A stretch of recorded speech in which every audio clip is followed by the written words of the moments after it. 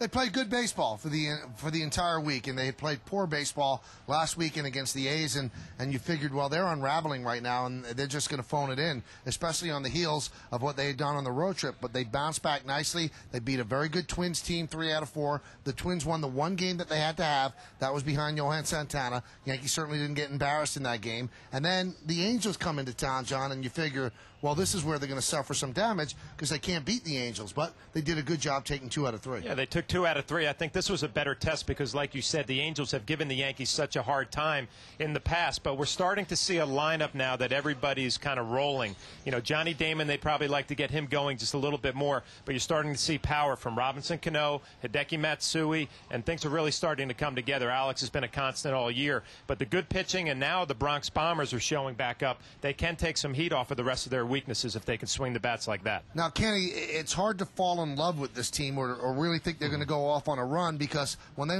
they won 11 of 12, everything was clicking. Yeah. The pitching was there. They were getting good hitting, and then they inexplicably fell off the cliff on that road trip. So convince me otherwise. Why is this going to continue? Well, I think they have the type of pitching that can be successful. I know that Andy Pettitte has struggled his last 2 starts. He didn't look very good in the first game of this series, although the Yankees' offense was better than Andy's pitching was.